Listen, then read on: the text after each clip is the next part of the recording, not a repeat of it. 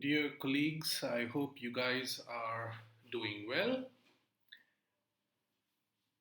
Today, I want to share with you some of the things that I picked up from our learning session on Adobe Presenter and show you how to make e-learning content, especially for mathematics related subjects. So I will be a little informal in presenting to you some of the stuff, and hopefully when we do our departmental Zoom meeting or Skype meeting, we can go over some of the queries and doubts that you may have in the process. So I hope this is helpful to you. Okay, so what I have tried to do here is um, put down some relevant stuff in terms of a presentation or slide. But I will not directly present the slide to you, but I will try to present the slide to you as if I was recording using Adobe Presenter. And actually, I'll be using Adobe Presenter Video Express, which is something very similar, and I like that better, but they are very similar. Okay, so I would begin by looking at my applications folder and looking at where my Adobe installation is located. Double click that and this thing shows up, so I'll wait for it to kick up. Okay, tells me, well, it takes a little time, tells me should I want to continue with my trial version. I say yes. Then it asks me, do I want to get back to my recent project, which is the project that I made, as fun and shared with you guys on WhatsApp, but I don't want to touch that project. I would want to make a new one, right? So I could either choose webcam, which means it'll be focusing on my face, but I don't want that necessarily.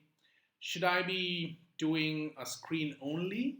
Well, I could do that, and perhaps that is advisable when you actually prepare content for your lectures. But today I'm going to use this both. Once you launch the Adobe Presenter Video Express and select on both, then you must click here and click this icon, take my snapshot now. It allows you 3 seconds to be ready.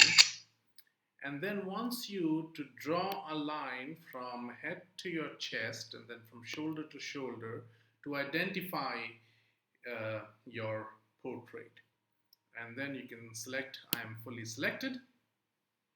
Okay. See, it doesn't do a very good job. This bookshelf still shows up here, but we'll live with that for now. And let's say I'm not going to waste too much time on trying to perfect this for now, but in a professional video, I would be doing that actually.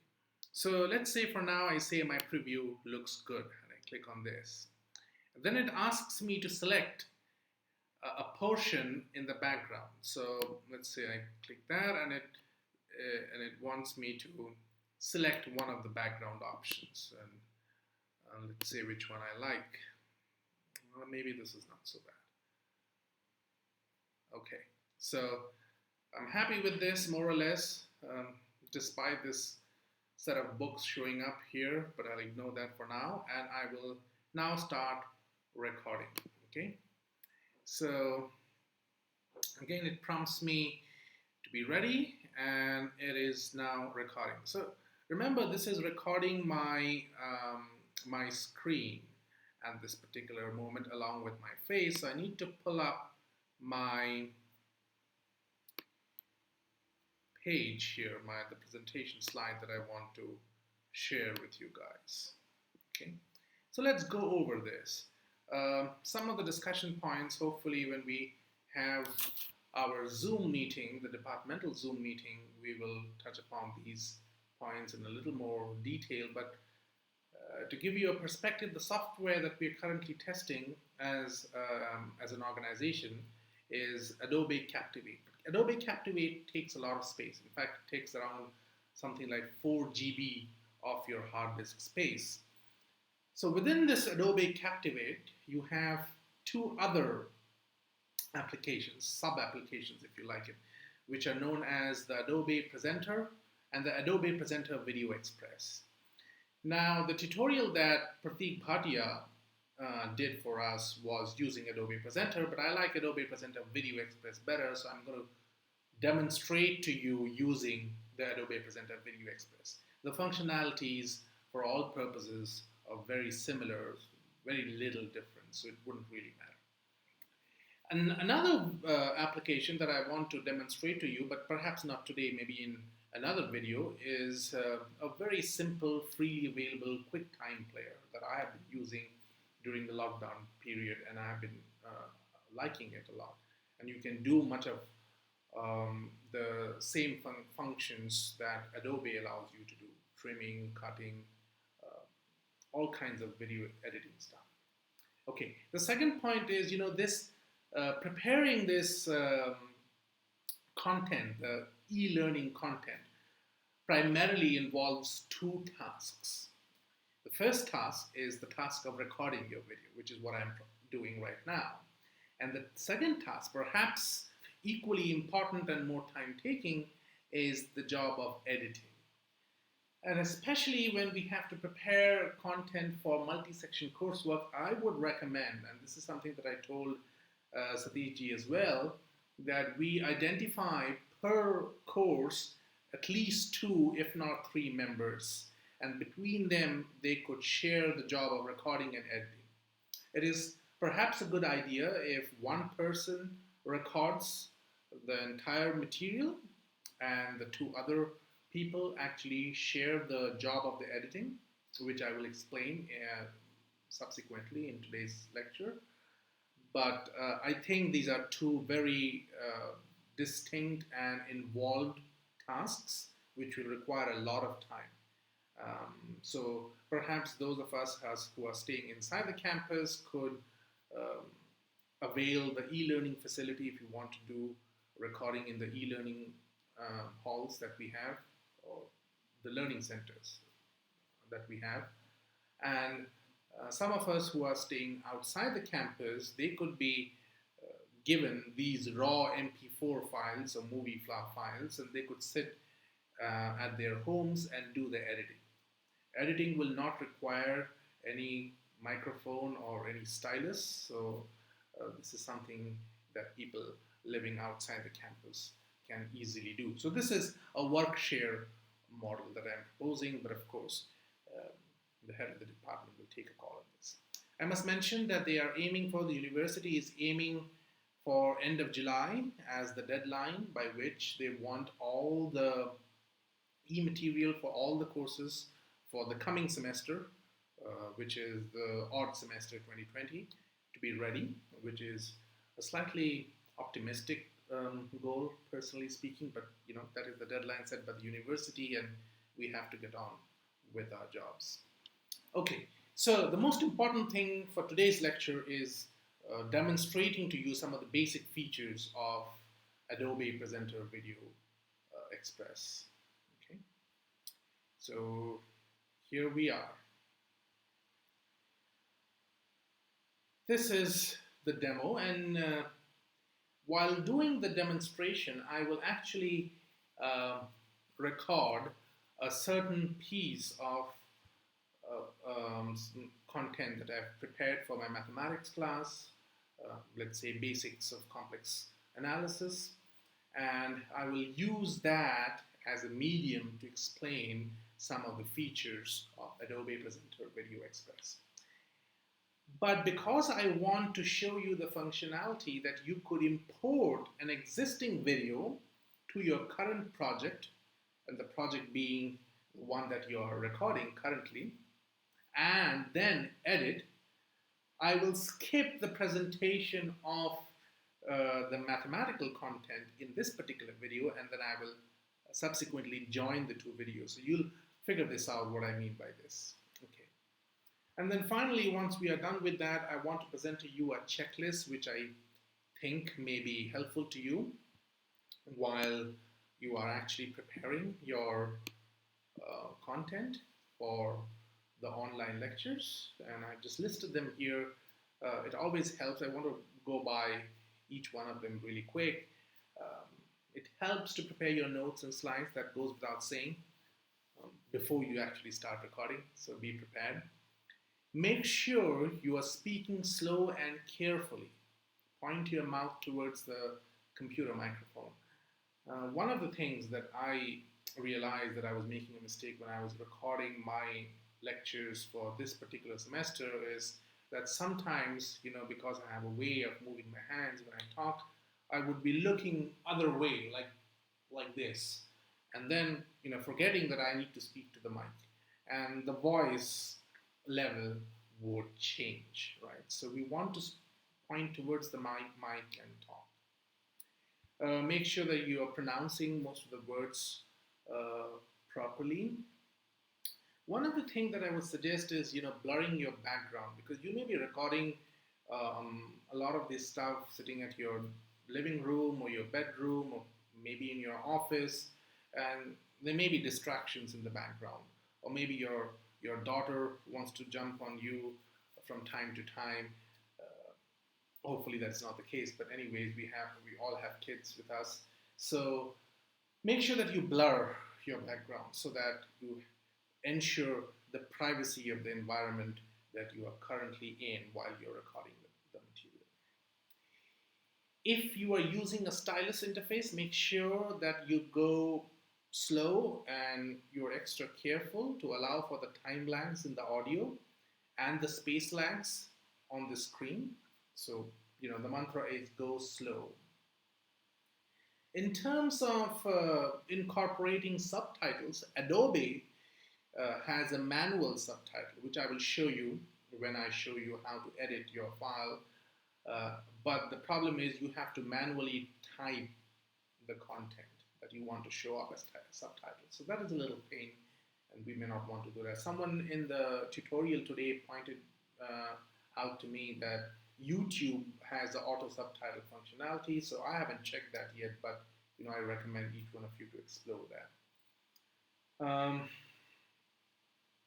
One of the things that actually Adobe does a really good job is giving you an option of creating pop-up quizzes, and I really like that personally, because otherwise the lectures just become very monotonous and long, and you want to have checkpoints at various intervals in your video to make sure that the students are actually learning the material. So you can actually customize the pop-up quizzes using the pop-up quiz functionality of Adobe in such a way that you do not allow the students to go ahead unless they correctly answer the question, the pop-up quiz. Or you could score or grade them based on how they perform on the pop-up quizzes. So that way the students who are learning the material by seeing the slides are actually paying attention and actually learning. So that's kind of nice. In any case, I would want to conclude here by saying that it is important that we go slow and do not rush in order to make good quality e-learning content. This job takes time. The job of recording and editing will take time, as you will find out. Okay, so that is the end of my slide here. What I'm going to do is I'm going to stop the recording of the video, and I hope that this will actually work. Okay, great. This worked. The presenter video well, we can ignore this actually. And let's say done here. It wants us to save the file that we have just recorded, that I have just recorded here. So I'm going to say, well, ESOM _1, let's say, and save the project. Okay, once I do that, it automatically shows me this editing window here. So, for example, if I just play here, to be ready, and it is now recording. So, remember, this is recording my my screen at this particular moment along with my face. So I need to pull up my Okay, so I'm going to pause this so you get a sense of what's going on here. I could play and see the video that I just recorded here. So what I want to do is go over some of these functionalities on the left-hand side, shown here. I will not go over all of them because I don't think all of them are important at this point of time. I will go over the essential ones. Okay. So, for example, branding allows you to make a very catchy, impressive introductory slide with all the music and all. We can ignore that for now. Enhance your webcam video. Well, we'll worry about that later. The zoom and pan functionality we'll worry about later. So, trim is something that I would use actually to delete sections of the video, but I'll come back to that. Okay. Annotations, I could annotate portions on my screen and write stuff so that it becomes more clear, and I will come back to that. Quiz is what I was talking about, and I will actually incorporate the quiz in a little while. Subtitles, this has to be done manually. So anyways, let us do this. Let me import the video that I already created beforehand on the complex analysis and include it in this particular project. But in order to do that, I need to go to the section where I need to, or where I want to import this particular section of the video. So let's say I pull it to 4 minutes and not really sure. Personally speaking, but you know that is the deadline set by the university, and we have to get on with. Okay, doesn't seem like. Oh, okay. Subsequently, join the two videos, so you'll figure this out. What I mean by this. Okay, so this is where I want to join, right? Let's say I want to join here. Okay, so that function took a little time. You see, the original video was 9 minutes something seconds, and now it became 14 minutes 13 seconds. So it did import, and let's play and find out what happened here. Hello. Today. Okay, so if you see, let's go back here a little bit. So we were here, right? And that's where I wanted to import the video on complex number. And then edit. I will skip the presentation of the mathematical content in this particular video, and then I will subsequently join the two videos. So that's where the new video that I wanted to join to the original video starts from this green section here. So, today we will be talking about complex numbers. Okay, so once again, what did I do? I was here, I placed the blue leg as a placeholder at the particular point where I wanted to import a different file, and then I clicked here in external video, located the video that I wanted to join, and clicked import, and then the whole thing, the duration of the original video expanded by that amount. But you see that I do not want all this extraneous stuff that has shown up from here, what I wanted to join, all this stuff. I don't necessarily want all this to be shown. Today. So I want to delete this particular portion, right? So I would say trim.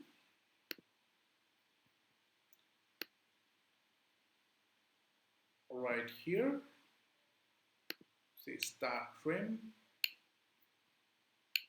Hello. Today we will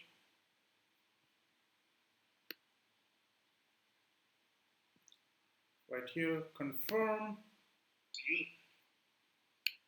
and you see this black highlighted portion that showed up here, which will be deleted. So let's play this again. Project being one that you're recording currently, and then edit. I will skip the presentation of the mathematical content in this particular video, and then I will subsequently join the two videos. So we will be talking about... See, it jumped over that little section that I didn't want to appear in my final video, and it moved over to the content that I do want to talk about. But before we get to that, let us ask ourselves, what is iota, the quintessential complex number? There are two interpretations. Okay, so you get an idea. Let's move to the end of this particular section. And okay, so this green section is the new content that I have imported. Thank you. Figure this out, what I mean by this. Okay. And then finally, once we are done with that, okay, let's do that once again. Let's start playing from here. This particular question in our next video. Thank you. Figure this out, what I mean by this. Okay. And then finally, once we are done with that, I want to present to you a checklist, which okay, so I still want to frame the section, the little section figure from this here. out, what I mean by this. Okay. And then finally, once we are done with that, I want to present to you a checklist with...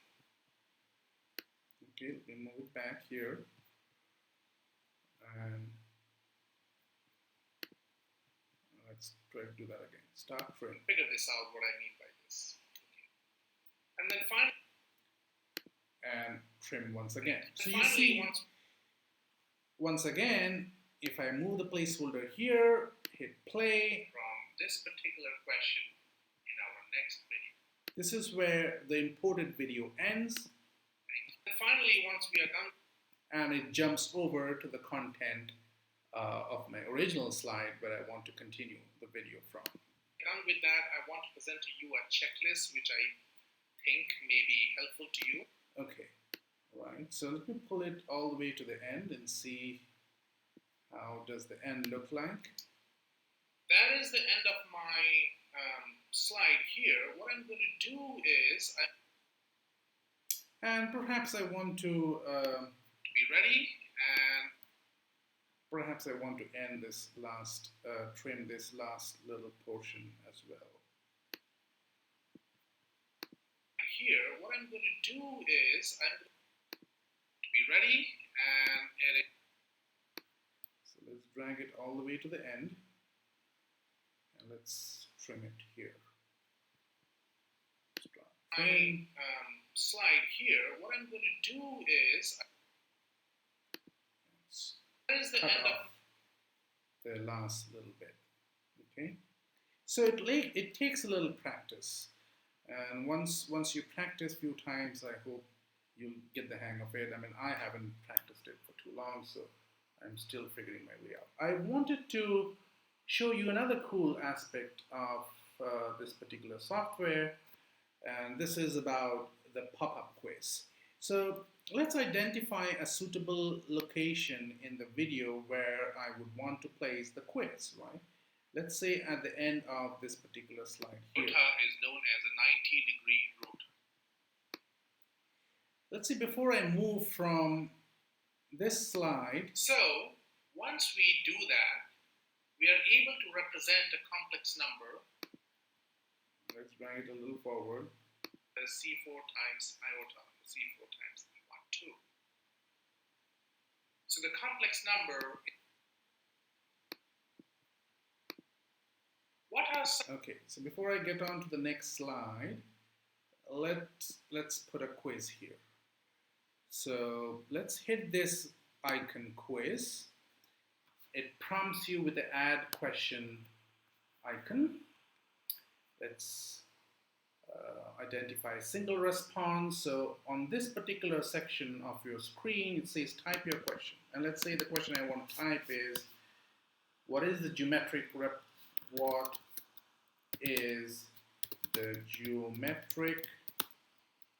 meaning of iota? And it says type your answers here. So let me see, the first option is 90-degree rotor, it is a square root function, which is obviously not the right answer. Let's say it's a bivector, which is also correct. And let's say, well, maybe I just want to give 3 options. I don't need 2 options here, right? In this case, actually 2 of the possible 3 answers are correct. So I'm going to click on multi-response and check both the correct answers. And I'm going to allow only 1 attempt and select graded, which means this will automatically grade the student's response. Okay, if the answer is correct, perhaps I want to prompt feedback saying bravo, well done. Right? Okay, so that is done. Okay, and you can put multiple quizzes if you want. So let's preview that and see what happened here. So I'm going to take my placeholder again here and let's play it. And the bivector component, because if you follow my cursor here, the second and third term on the right hand side of this expression here is simply a vector, right? And we are left with C1 plus C4 times iota, C4 times E12. So the complex number is the sum of a scalar and a... Okay, so there it goes. It prompts a question, what is the geometric meaning of iota? And the student would have to check on the answers. So at different instances of your video, you could place pop-up quizzes and make sure that the student is either graded or can continue with the video only upon answering those pop-up quizzes correctly. Okay, so that's something cool and neat, I find, in this particular software. Okay, bookmarks, annotations, well, we can do a quick example on annotations. Let's say I want to annotate something over here. I don't know. Let's say I want to highlight something here. So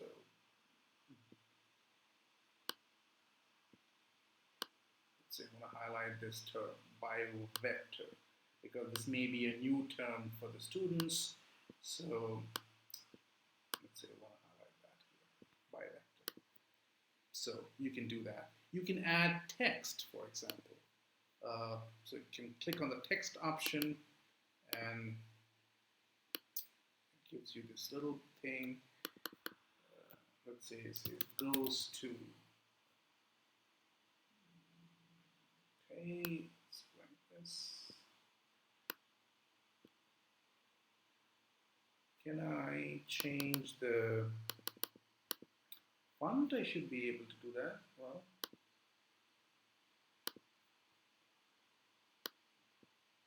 anyways, you can figure that out. Let me drag it here and put an arrow.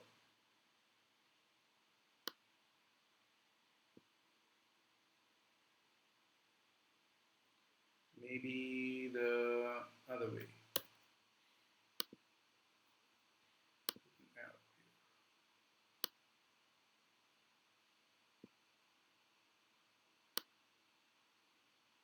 So what I mean is, oops,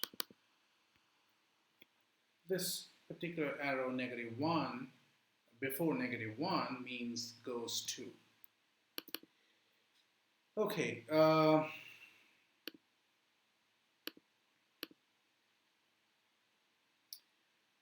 This looks ugly, but we can play around with this.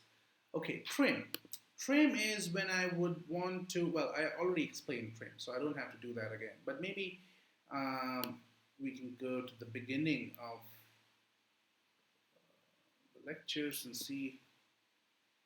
Be ready, and it is now recording. So remember, this is recording my... Okay. So I don't want to trim anymore. um, pan enhance webcam video. Maybe let's try this out. Enhance webcam video.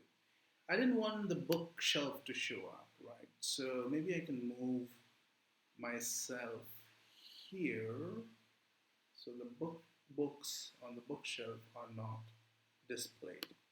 Okay, so that looks all right now.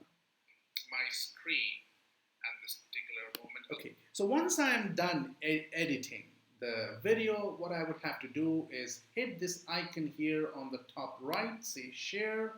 I could publish it on YouTube, I could publish it on the learning management system of Adobe, but let's say I want to save it as an MP4 file here on the computer, so I say computer. And this will take a little time to publish this. And once it is published, you'll see that you're able to play the MP4 video. So I will let this progress as much time it takes and conclude my presentation here at this point. Now, if you have any questions, feel free to shoot me an email or we can talk about it over Zoom during our departmental meetings. I hope this was helpful and can get you started. Okay, thank you so much for your attention. Bye-bye.